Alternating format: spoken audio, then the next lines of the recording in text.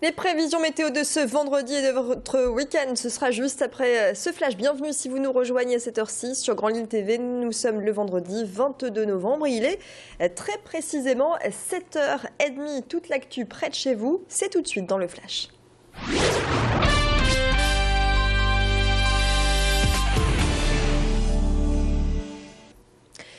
En bref, les horticulteurs et pépiniéristes en colère et ils le feront savoir ce matin avec une opération escargot au départ du mine de l'Homme aux alentours de 8h30. Dans une heure donc, 200 manifestants seront réunis.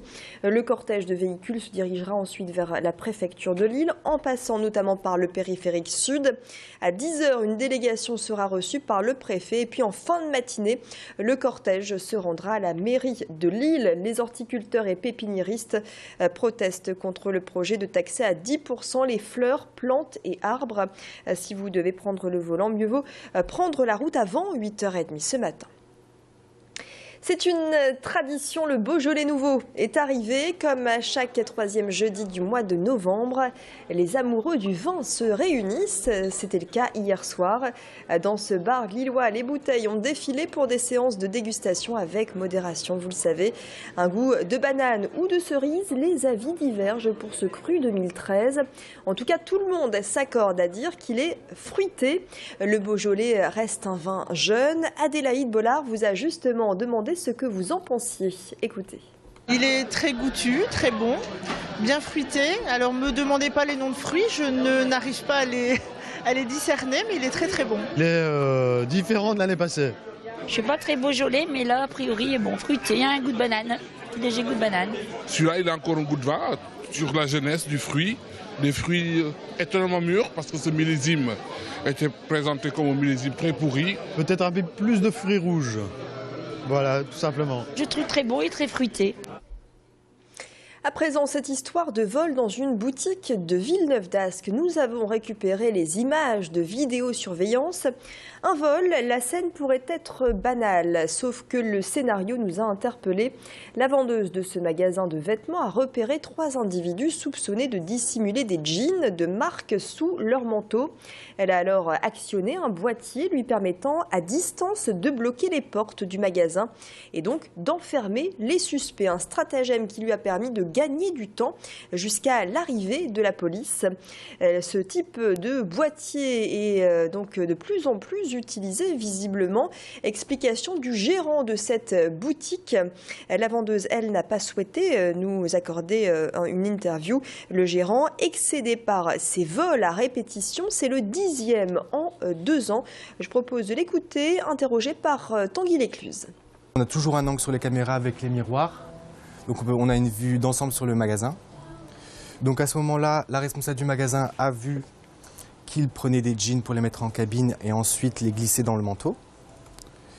C'est à ce moment-là que la responsable du magasin s'est servie de ce petit boîtier pour les enfermer dans le magasin.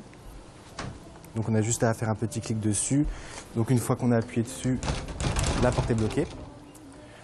Donc ce qui nous permet aujourd'hui de pouvoir enfermer ou limiter la sortie des individus qui veulent voler. Tout autre sujet à présent avec une initiative au palais de justice de Lille. Le CDAD, le Conseil départemental de l'accès au droit, vise à mettre à la disposition des citoyens des lieux d'information sur leurs droits et à les accompagner dans leurs démarches administratives. Désormais, il accompagne également des personnes sourdes et malentendantes grâce à un dispositif qui leur est tout spécialement adapté.